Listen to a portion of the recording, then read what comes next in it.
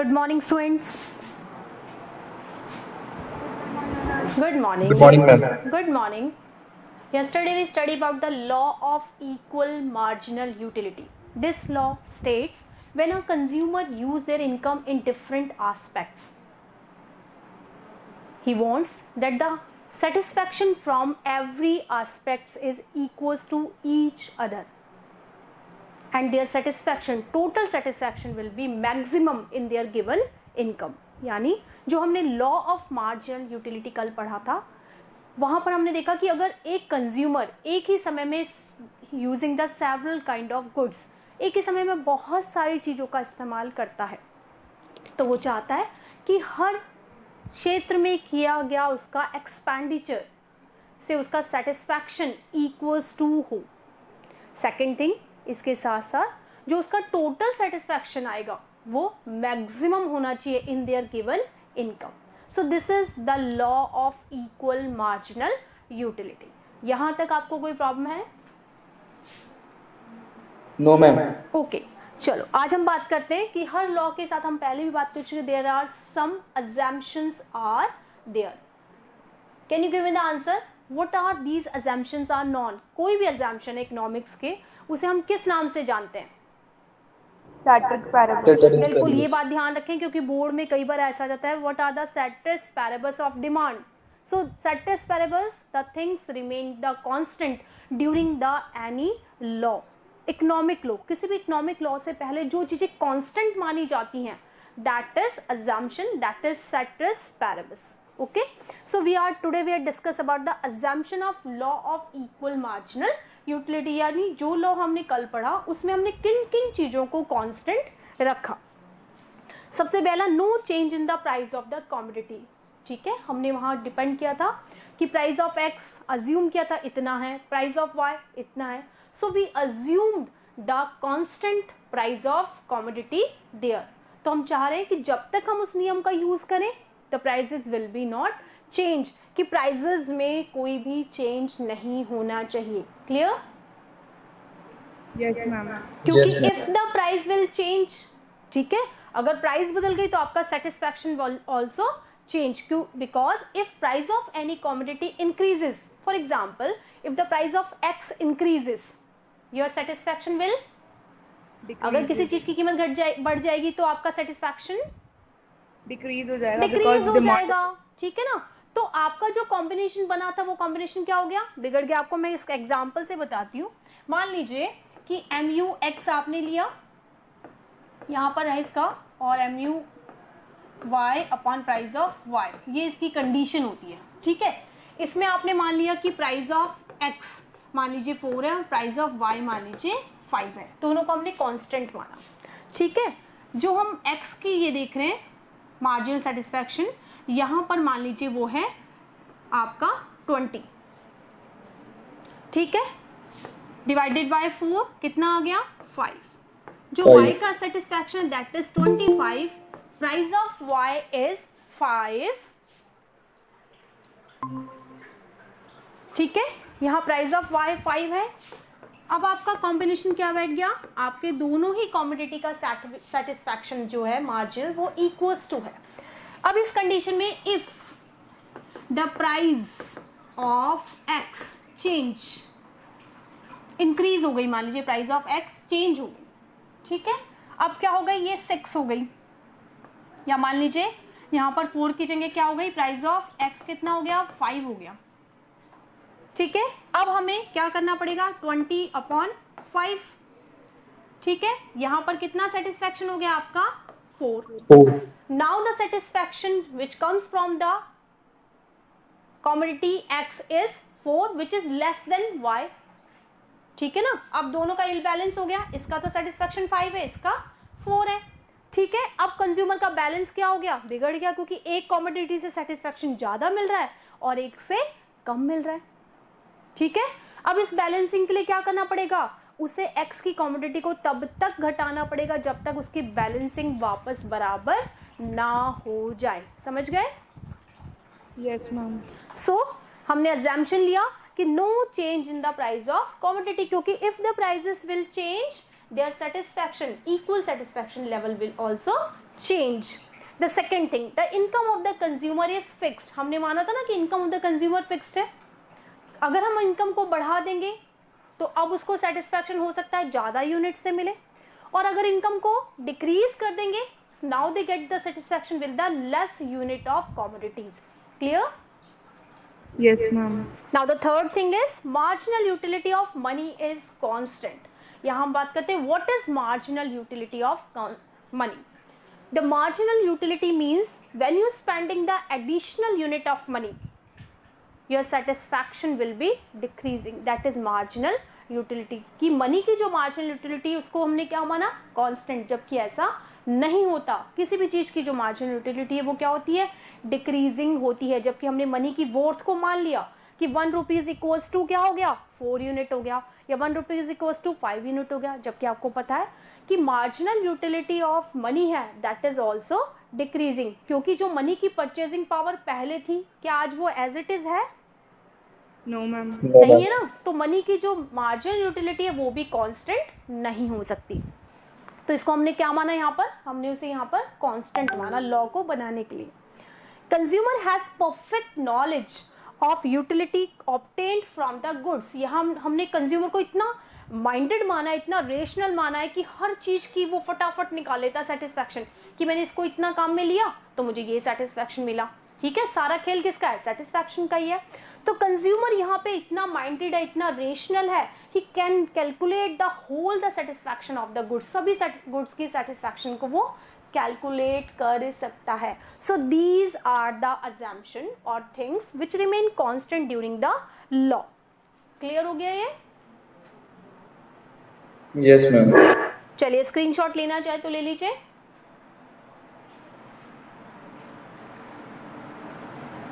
ले लिया? Yes. Okay.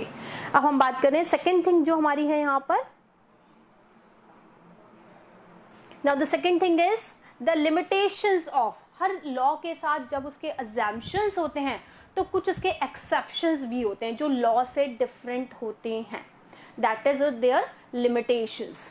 First limitations है बेस्ड ऑन अजम्पशन. यहाँ हम जो अजम्पशन रखें उसको क्रिटिसाइज करेंगे. For example the assumption that consumer has full knowledge about alternative preferences. यहाँ पे कहा गया कि कंज्यूमर इतना समझदार है कि उसे हर अल्टरनेटिव रिसोर्स का पता है, प्रेफरेंसेस का पता है. जैसे फॉर एग्जाम्पल अगर उसे ये पता है कि इससे सेटिस्फैक्शन एक्स की इस कॉमोडिटी से सेटिस्फैक्शन कम मिल रहा है, तो वाई की उस कॉमोडिटी को बढ़ाकर दोनों का सेटिस्फैक्शन इक्वल किया जा सकता है.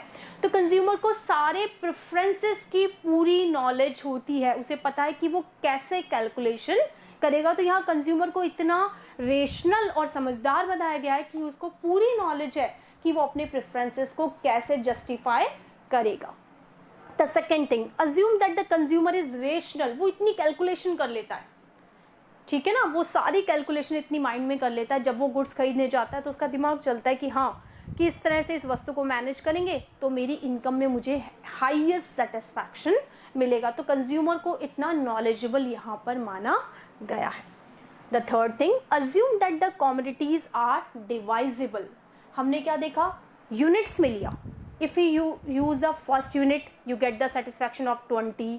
If you use the commodities second unit, you get the satisfaction of 18, then 16, 14, 12, 10. यानी as you use the successor unit of any commodity, your satisfaction will decreasing.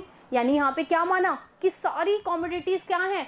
Divisible है, सबको यूनिट में बांटा जा सकता है, लेकिन कुछ commodities undivisible भी होती हैं.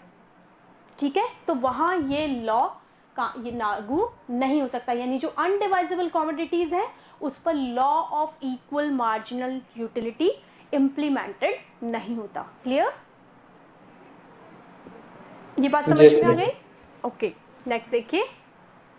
Assume that the MU marginal utility of money is constant. हमने अजम्पशन में क्या माना था कि जो मार्जिनल यूटिलिटी है मनी की वो क्या होती है? कांस्टेंट होती है. लेकिन ऐसा नहीं होता. जैसे जैसे कमोडिटी की मार्जिनल यूटिलिटी घटती है ऐसे मनी की भी मार्जिनल यूटिलिटी डिक्रीजिंग होती है.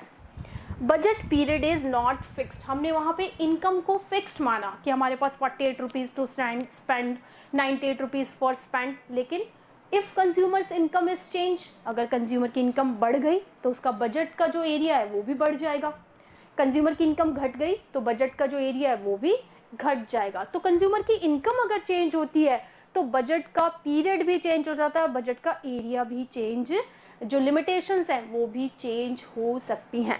So these are the limitations of और एक्सेप्शंस ऑफ द लॉ। ये क्लियर हो गया? Yes, ma'am. स्क्रीनशॉट ले लीजिए।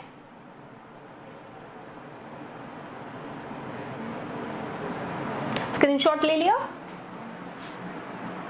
Yes, Okay. ma'am. ये हमने बात की कि law of equal marginal utility के समय हमने किन चीजों को कांस्टेंट रखा और उस कांस्टेंट रखने में हमें क्या क्या कमियां फेस करनी पड़ी। नेक्स्ट देखेंगे हम यहाँ पर the significance of the law of equal marginal utility, यानी ये जो law of equal marginal utility significance यानी कहाँ कहाँ ये दिखाई देता है, कहाँ कहाँ इम्प्लीमेंटेड इट इज होता है वहाँ पे। सबसे पहला applied in the field of consumption, ये तो हमने एग्जाम्पल में देख लिया कि ये जो law of equal marginal utility इसका यूज हमने कहाँ किया, हमने इसे यूज किया कंजप्शन के फील्ड में। ठीक इसी तरह से इसका यूज जो होता है वो एक्सचेंज करते समय भी होता है, गुड्स और सर्विसेज को जब हम एक्सचेंज करते हैं तब भी हम इस नियम का इस्तेमाल करते हैं। कैसे एक्सचेंज करते हैं? The goods which give us more satisfaction we just exchange with the goods which give us less satisfaction. जो गुड्स हमें कम सेटिस्फैक्शन दे रही है उसकी जगह हम क्या चाहते हैं, ज़्यादा सेटिस्फैक्शन वाली गुड्स को हम क्या कर लेते हैं, एक्सचेंज कर लेते हैं। इसी तरह से जब हम गुड्स और सर्विसेज खरीदते हैं, बाय और सेल करते हैं, तब भी इस नियम का ध्यान में रखते हैं, क्योंकि if you purchasing any goods on amount of 100 rupees, you just keep in mind is this goods give me the satisfaction of 100, यानी हमारे दिमाग में क्या चलता है, I spending 100 rupees so this good will give me 100 rupees satisfaction. क्योंकि हम bargaining क्यों करते हैं, हमें लगता है नहीं this is just for 90 rupees, तो हम 10 रुपीज़ के लिए बार्गेनिंग करते हैं। क्यों करते हैं, हमें लगता है नहीं ये गुड्स बोल तो रहा है 100 की लेकिन मुझे तो 90 की लग रही है। ठीक है, तो ये कहाँ यूज़ किया हमने, एक्सचेंज में भी इस नियम का यूज़ किया। नेक्स्ट है डिस्ट्रीब्यूशन करते समय भी हम इस नियम का इस्तेमाल करते हैं।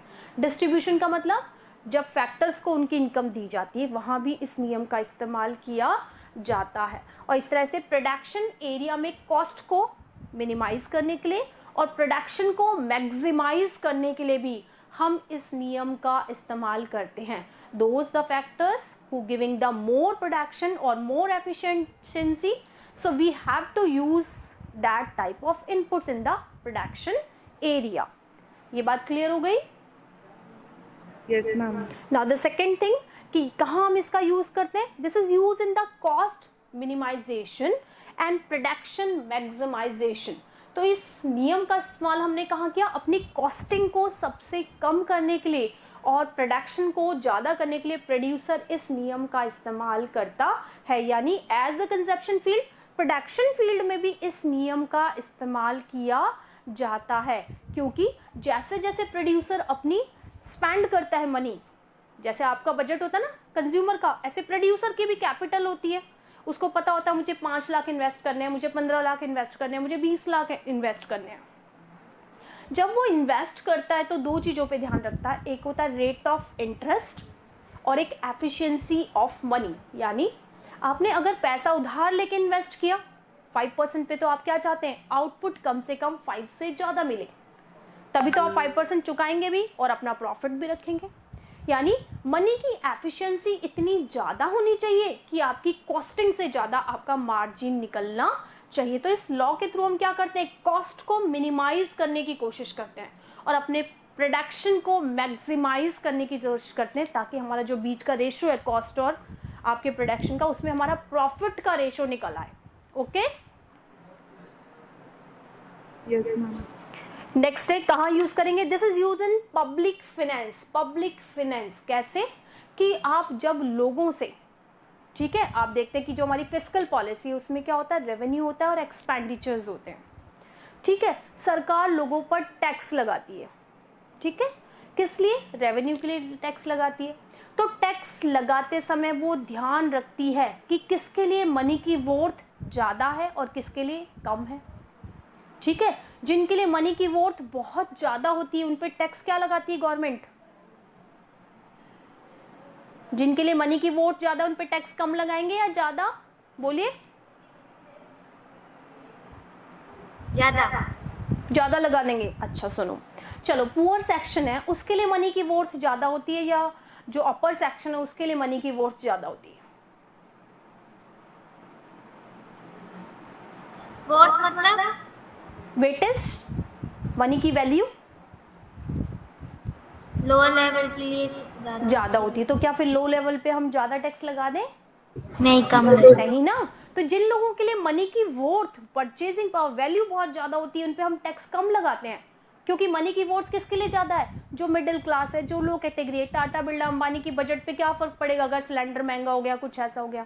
तो जो मनी की वर्थ को देखकर ही फिनेंस सिस्टम डिज़ाइन किया जाता है कि टैक्सेशन उन पे ज़्यादा लगता है जिनके लिए मनी की वर्थ कम है, उन पे कोई फ़र्क नहीं पड़ता हज़ारों करोड़ों रुपए का भी, तो उन पे टैक्स की लिमिट क्या लगती है? ज़्यादा, क्योंकि इनकी इनकम ज़्यादा है। तो उन पे डायरेक्ट टैक्सेस क्या लगे? ज़्यादा, क्योंकि उनके लिए मनी की वर्थ ज़्यादा नहीं है। अब ये बात क्लियर हो गई? Yes ma'am. Okay, and the last is saving and consumption को डिजाइन करते समय भी हम इस नियम का ध्यान रखते हैं।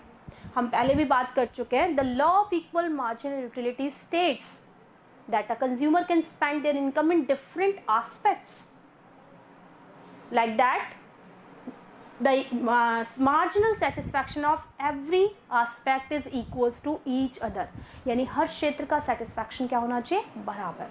ठीक इस तरह से हम सेविंग करते समय भी ध्यान रखते हैं। कैसे? If the prices are high, हम क्या करते हैं? कंजप्शन को कम कर लेते हैं। ठीक है, जब हमें इंटरेस्ट रेट ज़्यादा मिल रही है तो हम अपने पैसे को कंजप्शन पे ना लगाकर कहाँ लगाएंगे? सेविंग में। अगर आपको बैंक बहुत अच्छा इंटरेस्ट रेट दे रहा, कोई अच्छी स्कीम निकल रही है, तो हम अपने कंजप्शन को थोड़ा कंट्रोल करके कहाँ लगाते हैं पैसा? सेविंग पे। ठीक है, तो कंजप्शन और सेविंग कैसे डिजाइन होता है? हम कैसे कंज्यूमर अपनी सेविंग को कैसे डिजाइन करते हैं कि 20% सेविंग करेंगे, 50% सेविंग करेंगे या 5% सेविंग करेंगे? कैसे डिजाइन करते हैं? इस लॉ के थ्रू ही हम डिजाइन करते हैं। फॉर एग्जाम्पल, मान लीजिए आपको उसने कहा कि 1000 का ये पेन है, आपसे कहा गया। ठीक है, अब आपने बार्गेनिंग की, उसने कहा 1000, तो आपने बार्गेनिंग की, आपने इसको बार्गेन करके 800 का करवा लिया। तो मुझे क्या सेटिस्फैक्शन मिला कि I just save the 200 rupees. मेरे माइंड में क्या आ गया? अरे वाह, मैंने 200 रुपये बचा लिए। आता है ऐसा दिमाग में? Yes, ma'am. So this is my saving. ये मेरी क्या हो गई? सेविंग हो गई, जो मैंने कंजप्शन में से निकाल ली, क्योंकि मुझे लगा अरे हाँ मैंने तो इसको पैसों को बचा लिया। तो इस तरह से इस लॉ के थ्रू हम सेविंग और कंजप्शन को भी डिजाइन कर सकते हैं। क्लियर? Yes, ma'am. ठीक है, तो ये आ गए इसके सिग्निफिकेंस और areas where this law is implemented. Screenshot ले लीजिए।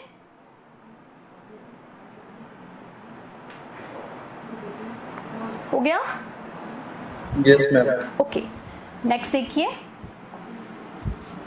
Now the uses of law of diminishing marginal utility. अब हमने एक लॉ पढ़ा था, law of diminishing marginal utility.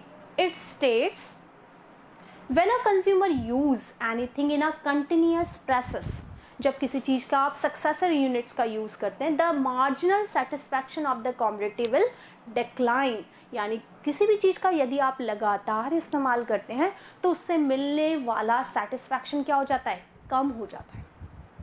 This is the law of diminishing marginal utility. अब what is the use of this law?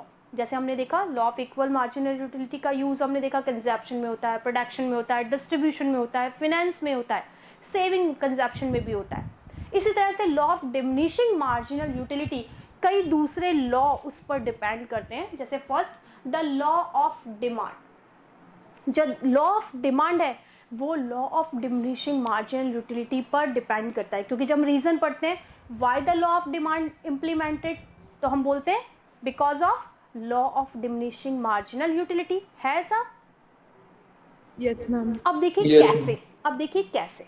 When we purchasing more units और more quantity of any goods, जब हम किसी चीज़ की ज़्यादा units खरीदते हैं तो हमारा सेटिस्फैक्शन क्या हो जाता है? Decline. कम। ज़्यादा यूनिट खरीदती तो marginal satisfaction Decline. decline. So we have to pay less amount for more quantity. We have to pay less amount for more quantity. यानी हम ज़्यादा चीज़ों के लिए पैसे क्या दिए हमने? कम। यही तो लॉ ऑफ डिमांड है कि जब प्राइस कम हो रही तब आप ज़्यादा क्वांटिटी खरीद रहे हैं। ठीक है, अब यहाँ पर अब बात आई कि जैसे फॉर एग्जाम्पल आप चीनी खरीदने गए मार्केट में, आपने कहा भाई चीनी क्या भाव है? उसने कहा 42 रुपये kg, चलो 1 kg दे दो। क्या बार्गेनिंग करोगे? No, नहीं, ma'am. क्योंकि हमें सेटिस्फैक्शन कम मिल रहा है। बट व्हेन आई बाय, अगर मैं खरीद लूँ 10 kg तो मैं क्या कहूँगी? भैया 10 किलो ले रहे हैं, थोड़ा कम करो। बोलेंगे?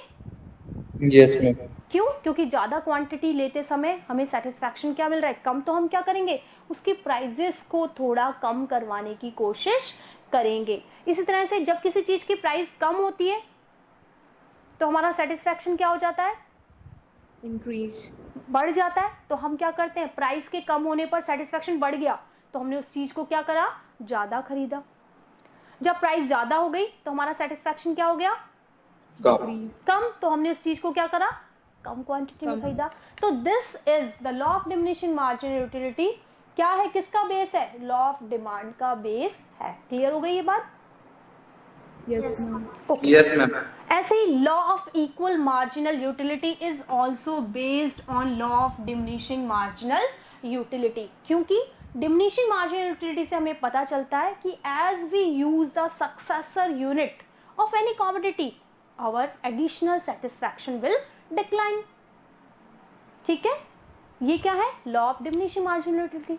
इसका यूज हमने कहाँ किया? Law of equal marginal utility में किया कि when we use the several commodity at a time, तो हम क्या देख रहे हैं?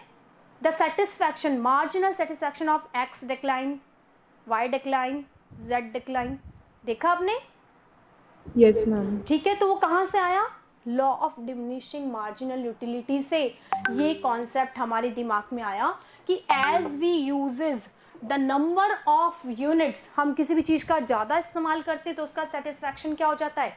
कम हो जाता है। तो एट ए टाइम जब हम बहुत सारी चीज़ों का इस्तेमाल कर रहे हैं, उनका इस्तेमाल बढ़ा रहे हैं, तो हर क्षेत्र से होने वाला सेटिस्फैक्शन धीरे धीरे क्या हो रहा है? कम हो रहा है। ठीक है, so this is the base of law of demand and law of equal marginal utility. And the last thing is paradox of water and diamond. ठीक है, आपके घर में पानी आता है, पानी क्या है? नेसेसिटी है? Yes, ma'am. ठीक है, नेसेसिटी है, लेकिन उसकी प्राइसेस क्या होती है? बिल बहुत कम आता है, Yes, ma'am. है ना? जबकि वो बहुत ज़रूरी है, उसके बिना हम रह ही नहीं सकते। तो ऐसी चीज़ का तो हम क्या कर सकते हैं? ज़्यादा प्राइस ले सकते हैं, ले सकते हैं, Yes, ma'am. Yes, ma'am. लेकिन क्यों नहीं लेते? Necessity. Because it is necessity. ठीक है, तो law of diminishing marginal utility बताता है कि जैसे जैसे हम यूनिट्स को ज़्यादा इस्तेमाल करते हैं हमारा सेटिस्फैक्शन क्या हो जाता है? ज़्यादा हो जाता है, सो घटने लगता है। ठीक है, अब यहाँ वाटर के लिए आया कि वाटर तो असेंशियल है, सब उसका इस्तेमाल करते हैं, लेकिन उसकी प्राइसेस क्या होती है? कम पाई जाती है। ठीक है, इसी तरह से जो डायमंड है, डायमंड के बिना रह सकते हैं ना अपन? Yes. Yes, रह ma'am. सकते ना? तो डायमंड क्या होता है? डायमंड के साथ उल्टा है कि जितना ज़्यादा वो महंगा होगा उसकी डिमांड उतनी ज़्यादा होगी, क्योंकि जो अपर ग्रेड लोग हैं, हम तो डायमंड यूज़ नहीं करते, मिडिल क्लास। जो अपर ग्रेड है वो कहते हैं देखो मेरे पास डायमंड है 50 लाख का, 1 करोड़ का, है ना? क्योंकि वो उसके प्रेस्टिजियस पॉइंट से जुड़ा हुआ है। तो यहाँ वाटर और डायमंड की पैराडॉक्स है। कैसे कि वाटर एसेंशियल है लेकिन उसकी प्राइसेस क्या है? कम है। डायमंड एसेंशियल नहीं है, लग्जीरियस है, लेकिन उसकी प्राइसेस क्या है? हाई है। ठीक है, ये किस से डिपेंड करता है? ये सेटिस्फैक्शन से डिपेंड करता है। यहाँ पर हमने देखा जो वाटर और डायमंड का पैराडॉक्स है वो भी किसके कारण है? Law of diminishing marginal utility के कारण ऐसा होता है। क्लियर? Yes, ma'am. ठीक है, ये चैप्टर आपका कंप्लीट हो गया है। इस चैप्टर में आपको कोई परेशानी, कोई दिक्कत, कुछ प्रॉब्लम पूछनी हो? अब देखिए इसमें क्वेश्चन कैसे आता है। इसमें जो क्वेश्चन आता है, आइदर अगर 6 मार्क्स का क्वेश्चन आया तो आपसे कहा जाएगा explain the law of equal marginal utility with the help of an example. उसमें आपको लॉ के बारे में बताना है, अजम्पशन बताने हैं, और उसके बाद आपको एक न्यूमेरिकल लेना है, एक एग्जाम्पल लेना है नंबर्स का, जिसमें बताना है कि कैसे इस लॉ के थ्रू आप सेटिस्फैक्शन लेते हैं। लेकिन अगर ये क्वेश्चन इस तरह से भी आ सकता है, कभी कभी आपको न्यूमेरिकल दे दें और सॉल्व करने के लिए दे दें कि solve the condition of consumers equilibrium, कि कंज्यूमर कितनी क्वांटिटी खरीदेगा तो वो सेटिस्फैक्शन पे होगा। तो सवाल आएगा तो 4 नंबर का आएगा, अगर क्वेश्चन आएगा तो न्यूमेरिकल, और यदि लॉ आएगा तो वो 6 नंबर का आएगा। और यदि law of diminishing marginal utility आ जाता है तो वो 4 से और 5 नंबर में भी आ सकता है, ठीक है। या फिर आपसे रिलेशन पूछा जा सकता है कि टोटल यूटिलिटी और मार्जिनल यूटिलिटी में क्या रिलेशन है। 2 से 4 नंबर का क्वेश्चन आता है। अगर 2 नंबर का आता है तो आपको सिर्फ थ्योरी लिखनी है, लेकिन 4 नंबर का क्वेश्चन आए तो आपको वहां डायग्राम से बताना पड़ेगा कि टोटल यूटिलिटी और मार्जिनल यूटिलिटी में क्या रिलेशन है। क्लियर? Yes, ma'am. ठीक है। फिर भी आपको इस चैप्टर में कोई प्रॉब्लम हो तो आप पूछ सकते हैं, ठीक है। Okay, ma'am. Okay, have a nice day, thank you, Thank you, ma'am. Welcome. Nice, ma'am.